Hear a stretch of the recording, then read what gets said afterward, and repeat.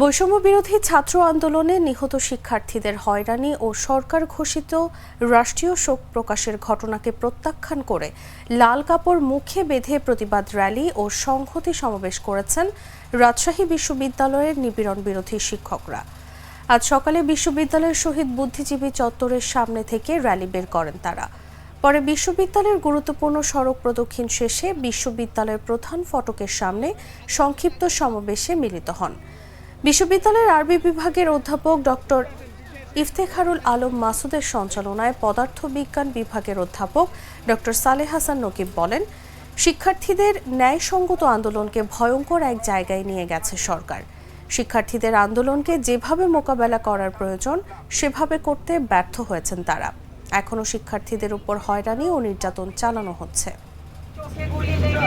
এই বিভৎসতা যুব সমাজ দেশের জনগণ যখন শান্তিতে থাকবে তখনই বসবেন ইনশাআল্লাহ।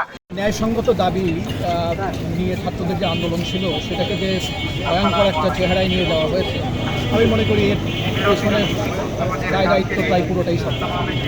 তারা বিষয়টিকে যেভাবে হ্যান্ডেল করা দরকার ছিল সেভাবে হ্যান্ডেল করতে সম্পূর্ণ ব্যর্থ হয়েছে এবং আমরা এখনও দেখতে পাচ্ছি যে আমাদের যে প্রান্তীয় ছাত্র আছে তাদের উপর নির্যাতন, হয়রানি, ডিবি অফিসে বসিয়ে নির্যাতনের পরে তাদেরকে দিয়ে বিবৃতি দেওয়া নয়। তার মানে একটা রাষ্ট্র যত রকমের নিচু পন্থা অবলম্বন করতে পারে তার সব কিছুই আমরা।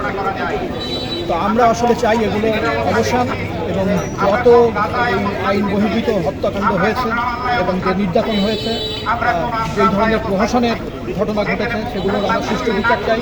আমরা চাই দ্রুত বিশ্ববিদ্যালয়গুলোকে গণতান্ত্রিক পরিবেশ ফিরিয়ে নিয়ে এসে বিশ্ববিদ্যালয়গুলোকে দ্রুত খুলে দেওয়া এবং ছাত্ররা আবার পঠন পাঠনের মনোযোগী হবে। যারা ক্ষয়ক্ষতির শিকার হয়েছে তারা ঠিক বিচার পাবে এবং যেই অপরাধ নীতি থেকে চলছে আমরা বৃহত্তর পরিসরে সেই অপরাধ নীতির একটা অবসান চাই। আমরা মনে করি এই মুহূর্তে দেশে দুটি পক্ষ, একটা হচ্ছে জুলুমকারী আর একটা হচ্ছে যে জুলুমের শিকার। আমরা সবসময় যারা জুলুমের শিকার তাদের পক্ষে।